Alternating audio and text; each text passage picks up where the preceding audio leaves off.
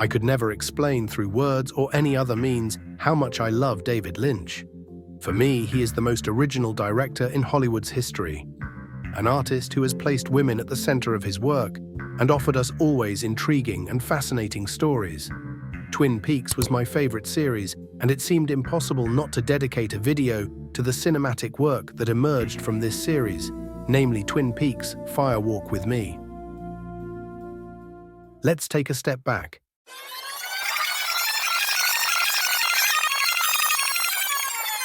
Do you remember the year 1991? Susan Sarandon and Gina Davis embody Thelma and Louise. Nirvana gives us one of the greatest rock albums with Nevermind. Madonna sets the Cannes Festival red carpet on fire. REM released an album that will quickly become a classic. Jodie Foster breaks through in The Silence of the Lambs. And we all wanted to live in Beverly Hills. 1991 is also the year of the cancellation of Twin Peaks, which after 2 seasons disappears and frustrates millions of fans worldwide. As a reminder, Twin Peaks was the most disturbing and unique series of its time, so particular that it resembled nothing else.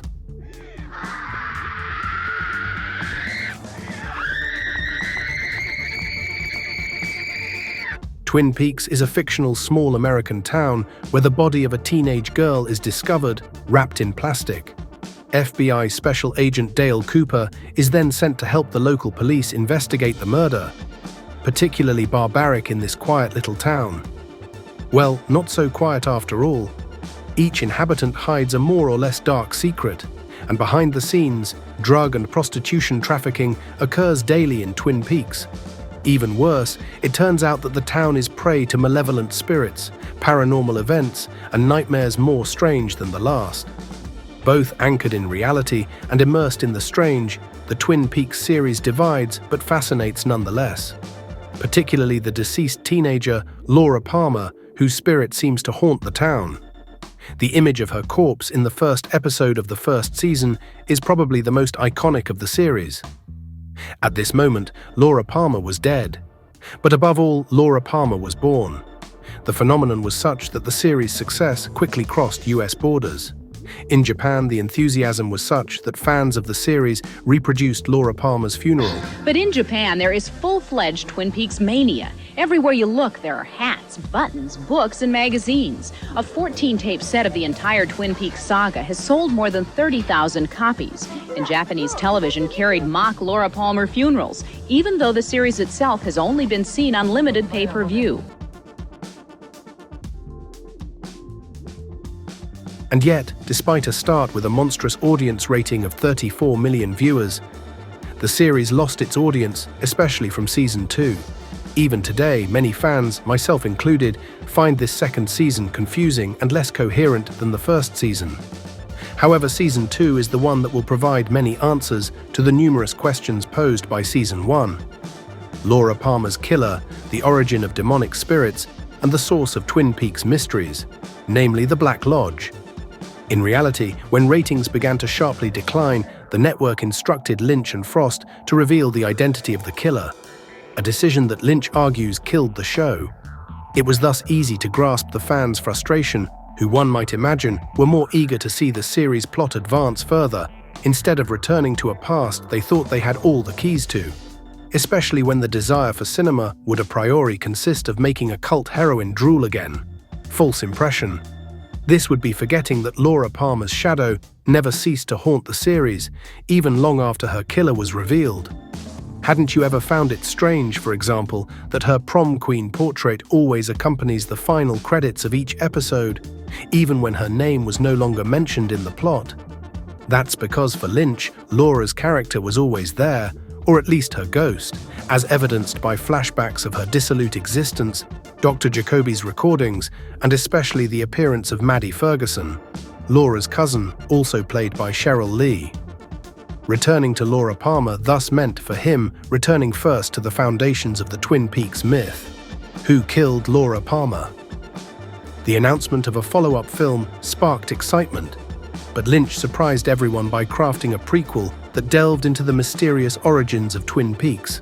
I love the world of Twin Peaks, And Laura Palmer was always the biggest mystery.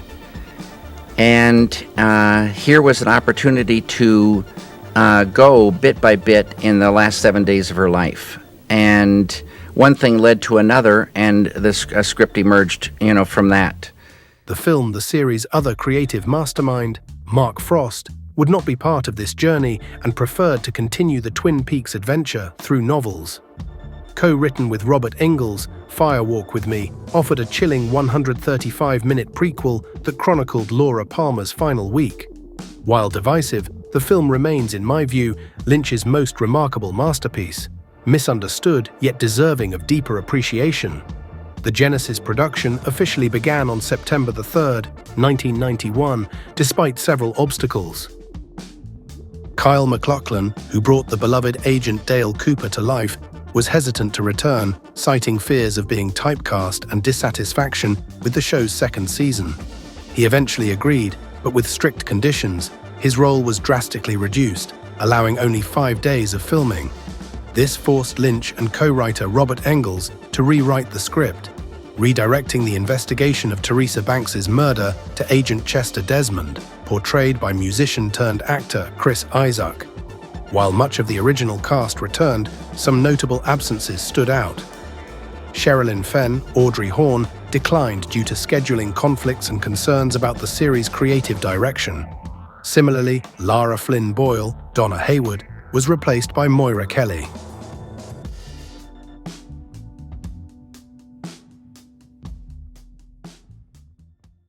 Despite these changes, the film retained iconic characters such as Leland and Sarah Palmer, the Log Lady, Bobby, Shelley, James, and Norma. One of the film's most memorable inclusions was David Bowie's brief but unforgettable portrayal of Special Agent Philip Jeffries. Bowie's tight schedule, dominated by tour rehearsals, meant his scenes had to be filmed in a rush, adding to the character's mysterious and fragmented presence. Filming wrapped on October 31, 1991, after 45 days, 4 weeks in Washington for exterior locations, and another 4 in Los Angeles for interiors. Despite the constraints, the cast and crew brought Lynch's vision to life, culminating in a heartfelt moment where Sheryl Lee, the emotional core of the film, thanked the team and gifted them engraved lighters reading Twin Peaks, Fire Walk with Me. This left Lynch 6 tumultuous months of editing, mixing, color correcting, and finalizing his masterpiece before its Cannes premiere, a venue where he had previously won the Palme d'Or for Wild at Heart. The story of Fire Walk with Me at the 1992 Cannes Film Festival has been told many times, often inaccurately. Let's set the record straight. Cannes, much like the Marrakech Film Festival in Morocco, is a prestigious event showcasing films from around the world. In 1992, it was a strong year for American cinema, with premieres like Basic Instinct and Howard's End. Among these, David Lynch's Fire Walk with Me was highly anticipated.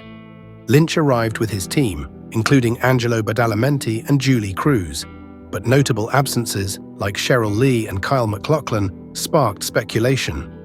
The film premiered on May 16th, followed by a beach party featuring performances by Cruz and Michael Anderson. Rumors that the film was booed have persisted, but screenwriter Robert Engels denied this, saying there was no overt negativity. However, the press conference that followed proved brutal for Lynch. A French journalist insinuated Lynch's return to Twin Peaks stemmed from an obvious lack of inspiration, while another went further, calling him a perverse filmmaker. Quentin Tarantino, at the height of his acclaim, joined the backlash, saying, "David Lynch has disappeared so far up his own ass that I have no desire to watch another Lynch movie." Critics back home were equally harsh. The New York Times called the film brain-dead grotesque, while Variety dismissed Laura Palmer as not a very interesting or compelling character. USA Today labeled it dark and depressing, and Vincent Canby of the New York Times wrote the scathing line, "Poor cocaine-sniffing Laura never learned how to just say no." Despite its Brit Award for Best Soundtrack, Fire Walk with Me flopped at the box office, earning only $4.2 million on a $10 million budget. Some went to see the film without having seen the series beforehand, and I seriously doubt they enjoyed the experience. So the film already closes its doors to those who are not fans of the series, but it is not kind to fans either, because it is not enough to be familiar with the Twin Peaks series to understand the film. One must also be familiar with David Lynch's universe. Indeed, the film goes further into the strange and the dream than the series itself, which must have bewildered and lost many viewers.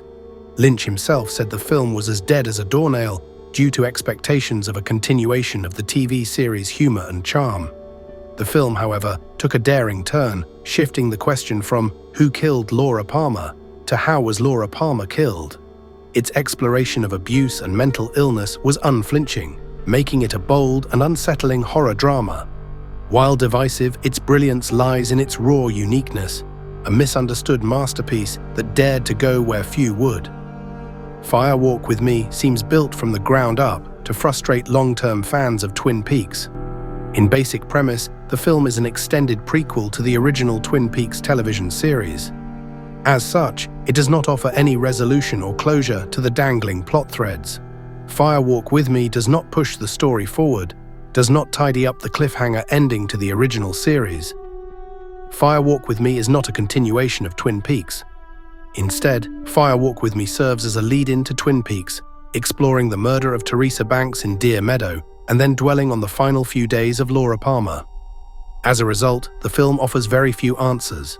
Indeed, a lot of the film seems devoted to exploring information that the audience already knows about Laura Palmer, her addiction to cocaine, her time as a prostitute, her secret diary, her abuse at the hands of her father. For audience members who treated Twin Peaks as a puzzle to be solved, Fire Walk with Me seemed to be dwelling on a picture that had already been assembled. However, even beyond the basic premise, Fire Walk with Me consciously subverted audience expectations. The opening credits include any number of recognizable names associated with beloved characters. However, many of these characters only have small or token appearances despite their high-profile billing. Fans excited to see Mädchen Amick, Heather Graham, Peggy Lipton listed in the credits only get to spend a scene or two with them over the course of the entire film. What makes Fire Walk with Me so fascinating is how it slowly unravels the mysteries of Twin Peaks while leaving room for imagination. The non-linear structure is rich with symbolism and metaphors, giving the story a dreamlike complexity. The opening scene itself serves as a metaphor for Lynch's frustration with network television. An axe smashes into a static-filled TV while Teresa Banks screams off-screen as she's murdered. No! Her case mirrors Laura Palmer's, with both bodies discovered wrapped in plastic. But Teresa's story introduces us to a darker world. Deer Meadow. Deer Meadow feels like a warped version of Twin Peaks, stripped of its warmth and charm. It's like a cheap version of Twin Peaks in every way, and unfortunately, it's the town where Teresa Banks comes from, who we learn was an acquaintance of Laura Palmer. In this grim setting, we meet investigators Chet Desmond and Sam Stanley. Familiar faces like Dale Cooper appear briefly, delivering cryptic dreams, while the enigmatic Philip Jeffries, played by David Bowie, warns of impending chaos. This sequence, a prequel within a prequel, shifts the tone from the surreal beauty of the series to the raw intensity of the film. Gordon Cole, head of the FBI section, has assigned Agent Desmond to this murder, and Cole's briefing is quite surprising. He brings in a dancer in a red dress with a blue rose pinned to her. Desmond later explains that the briefing was in code, and he reveals the meaning of everything, except for the blue rose. But what does this blue rose mean? And why is it important? Before the release of Twin Peaks Season 3, there was more or less a consensus that the blue rose would represent the impossible or even the supernatural. Indeed, blue roses do not exist in nature. A blue rose case would therefore be a paranormal or at least strange affair. And there's no longer much need for a consensus since this theory was totally validated by Twin Peaks Season 3 in 2017.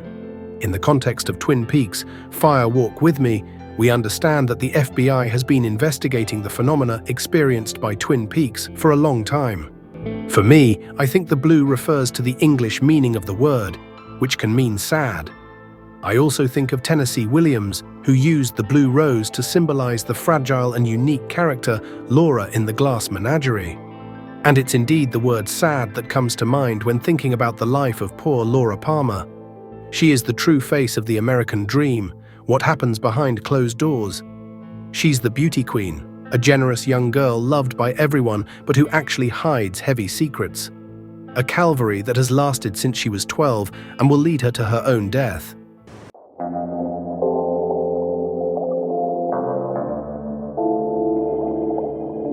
Then comes Laura Palmer. For the first time, we meet her in the flesh, not just through others' memories or fleeting visions.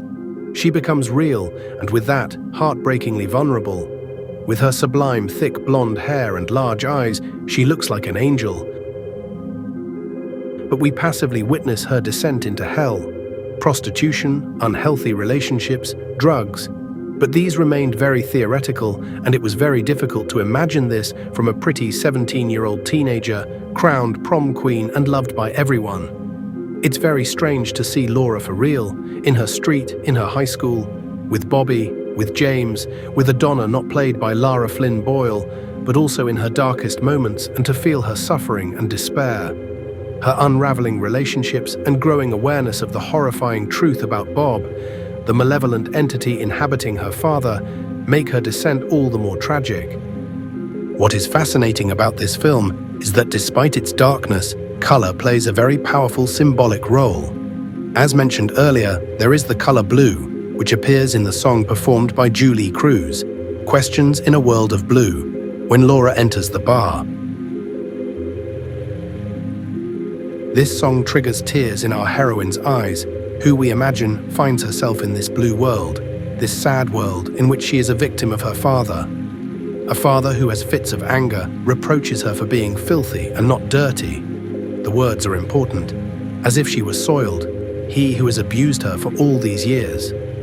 We also find a lot of red, a color associated with debauchery, and that covers her when she encounters the log lady, and which is also the color of her lipstick. That lipstick being the only part of her makeup that changes when she transitions from an ordinary girl to a debauched and drug-addicted barwoman. There's a profound helplessness in watching Laura live her final days, knowing she's racing toward a fate she cannot escape. Her radiant smile, once the symbol of the homecoming queen, is revealed as a facade concealing immense pain. One of the film's most powerful scenes shows Laura subtly revealing her trauma to Donna, not through words, but through her broken demeanor. Later, as Laura has little time left to live, she notices that the angel in her painting disappears. This scene powerfully illustrates Laura's sealed fate, as she is ultimately abandoned by her angel. When Laura dies, her death becomes both a moment of peace and victory, because after all the suffering she's endured, we want only one thing for her: peace. And it's horrible to think that she achieves this through her choice to die, hence her putting on Teresa's ring to die as well.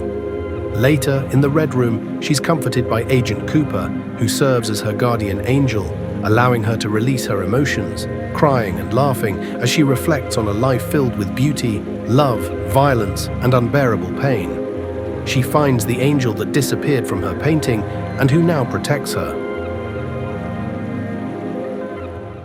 Lynch uses Fire Walk With Me to explore dualities: Deer Meadows' harshness against Twin Peaks' warmth, Donna's innocence versus Laura's recklessness, Renette's survival versus Laura's tragic end.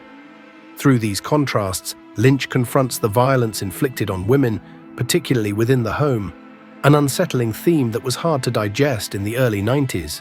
At the heart of the film is Laura Palmer, brought to life by Sheryl Lee in a performance that is nothing short of extraordinary. Lee portrays Laura's torment with devastating authenticity, from her quiet despair to her raw emotional breakdowns. It's a performance that deserved every accolade, yet Lee's career never soared as it should have. Knowing that she found herself in financial difficulties at one point, even having to sell her house, is truly heartbreaking. I truly believe that Sheryl Lee deserved every major acting award. Cannes, the Golden Globe, the Oscar, all of them. Her performance in Fire Walk With Me stands as one of the greatest ever by an actress. Okay, I said the same thing about Angela Bassett in What's Love Got to Do With It, so let's just say these two performances are tied for first place. Just watch this short scene and admire Sheryl Lee's talent.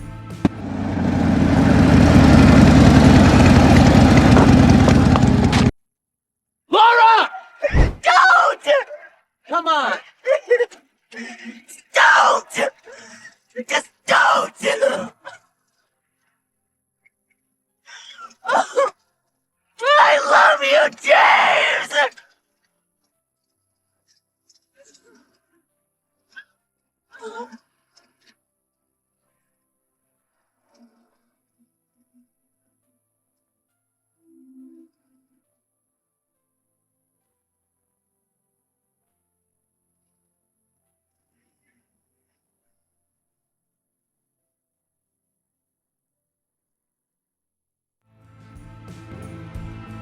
Ray Wise's portrayal of Leland Palmer is equally unforgettable, a masterclass in layered acting.